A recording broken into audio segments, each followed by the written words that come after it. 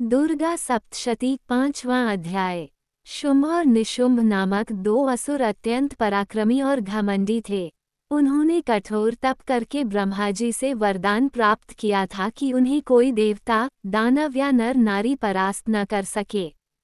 इस वरदान के प्रभाव से वे तीनों लोकों पर शासन करने लगे। सबसे पहले उन्होंने इंद्र को स्वर्ग से निकाल दिया और देवताओं को उनके अधिकारों से वंचित कर दिया। सूर्य का तेज छीन लिया, चंद्र का प्रकाश हर लिया, अग्नि की ज्वाला मंद कर दी, वायु का वेग रोक दिया और वरुण का जलाधिकार भी अपने अधीन कर लिया। यहाँ तक कि यमराज का भी अधिकार छीन लिया। इस प्रकार वे सब देवताओं के स्थानों पर अपना अधिकार जमाने लगे। देवता भयभीत होकर हिमालय की ओर भागे और वहां एकत्रित होकर उन्होंने भगवती की स्तुति की।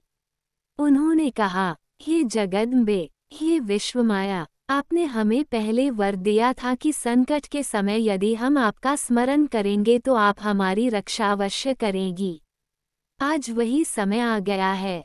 शुंभ और निशुंभ ने हम सबको हर लिया है, हम सब निराश हैं। अब केवल आप ही हमारा उद्धार कर सकती हैं। देवताओं की स्तुति सुनकर हिमालय पर स्थित पार्वती जी स्नान कर वहां आईं। तभी उनके शरीर से एक अद्भुत तेज निकल पड़ा। वह तेज स्वयं देवी कौशिकी महामाया का स्वरूप था। वह देवी असाधारण रूपवती, अनुपम सौंदर्य और दिव्य आभा से युक्त थीं। उसी समय चंड और मुंड नामक शुंभ निशुंभ के दो दूत वहां से गुजर रहे थे। उन्होंने जब उस अनुपम रूपवती देवी को देखा तो मंत्रमुग्ध हो गए। वे तुरंत अपने स्वामी शुंभ और निशुंभ के पास पहुँचे और बोले, हे राजन, हमने ऐसी स्त्री देखी है जिसका सौंदर्य अद्वितीय है। उसके रूप के सामने लक्ष्मी और रति भी फीकी पड़ती हैं।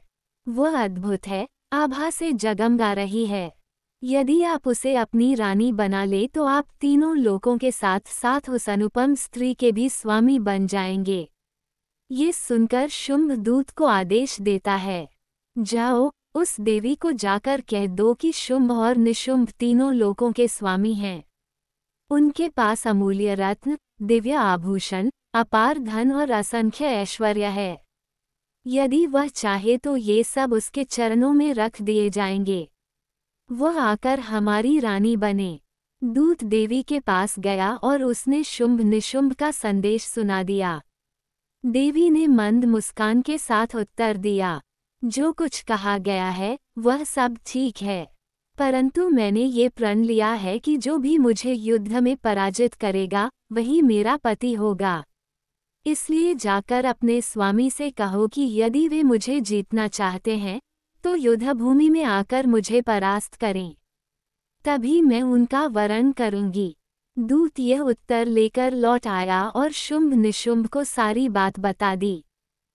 ये पंचमोध्याय है जिसमें देवी के दिव्य स्वरूप, शुंभ मुंड का संवाद और देवताओं की स्तुति वर्णित है।